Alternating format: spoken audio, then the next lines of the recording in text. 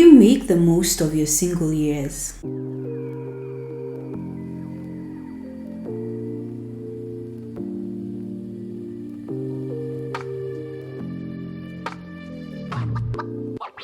Hi, my name is Mary. Welcome to Love Notes by Mary, where we look at chasing after God's heart and mind in the area of love and relationships. Whether you're single, you're dating, you're married, or you've started a family already and you have kids and you're raising them. How do you make the most of your single years? Whenever I've had the opportunity to talk to people about my single years, one of the things that I fondly look back on is how much growth I went through as an individual. I got to a point in my life when I realized that because of the things that were happening in my relationship with God, there was such a shift happening, a shift for the better, where I was growing in certain things. I was growing in intimacy with God. I was growing in understanding myself in God. So much so that I realized I didn't have bandwidth for another adult in my life. I remember actually having this conversation with myself and with God and just being very practical and realistic and saying, God, I may not fully understand what it is you're doing in my life in this season, but I've seen enough and felt enough to know that it requires all of my attention.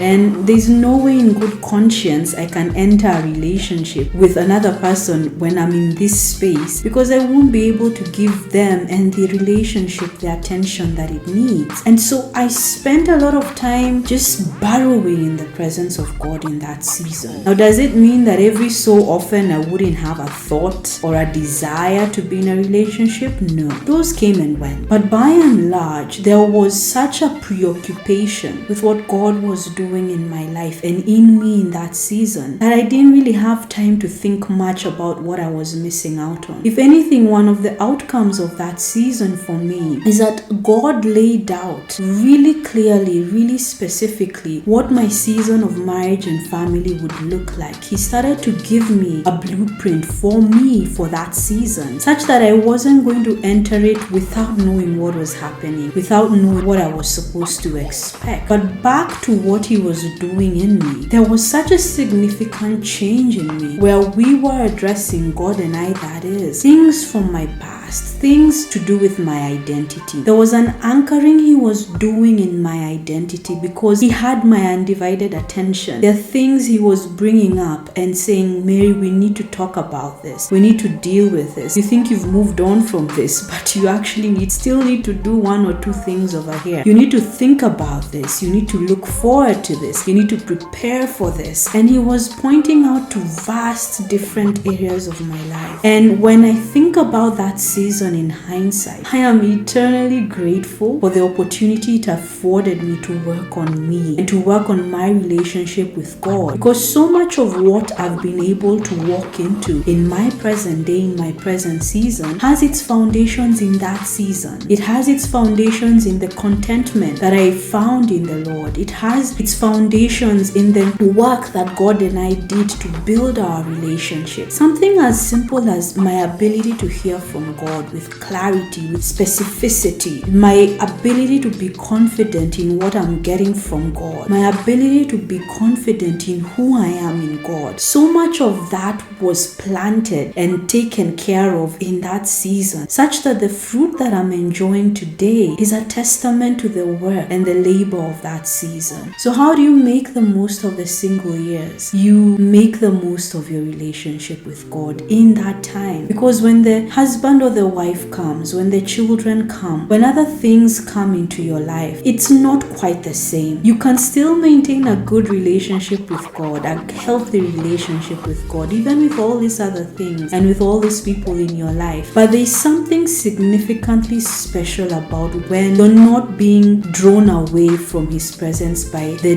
responsibilities or the things that you need to take care of around you, where you're able to give Him a certain kind of attention season that really, honestly speaking, from a practical perspective, perhaps one of the few seasons where we are able to do so is when we are single, because we have the bandwidth, both in terms of time, energy, resource, and so on. So you can make the most of your single years. I usually tell people that being single shouldn't be like waiting at a bus stop where, you keep checking and eyeing the road and trying to see if the bus is coming. Is it coming? Is it coming? Is it full? Is it the right bus? But where you sit in God's presence and you make the most of where you are. So many times I've met with people and I've interacted with people who are in such a hurry to not be single that they've not even realized that they can actually enjoy being single. It's not a life sentence. It's not a death sentence. In the same way that being in a relationship is not a reward you get from God for good behavior. It's not. I know sometimes we think of it that way, but it's not. Being in a relationship has its purpose. To some degree, there may be a reward element to it, but that's not at the core of why God entrusts us with another human being or with other human beings in the form of our children. There's so much more to it. And a lot of discovering what that looks like for us starts when they're single. It starts when this other person, this significant other, is nowhere in the picture. It starts with being at rest, even when it's just God and you, especially when it's just God and you. Because if you can find contentment when it's just God and you will find contentment regardless of who or what is in your life. You will find contentment when you're dating, when you're married, when you have kids, when you're in your later years of life. But if you cannot find contentment when it's just God and you, I can guarantee you that having a spouse and having children will not bring about the contentment you think it will. If anything, you'll be putting a lot of unnecessary pressure on them and on your life to give you a satisfaction that you can only find, that you can only grow and cultivate and harvest in the presence of God. So I encourage you, if you're single, don't be in a rush for the next season. Don't be in a rush to get out of this season. I know the pressure can be there, both internally and externally. I know the desire and the expectation can be a burden to a degree. It can weigh on you. I know the years and the times can seem like they're just passing you by. But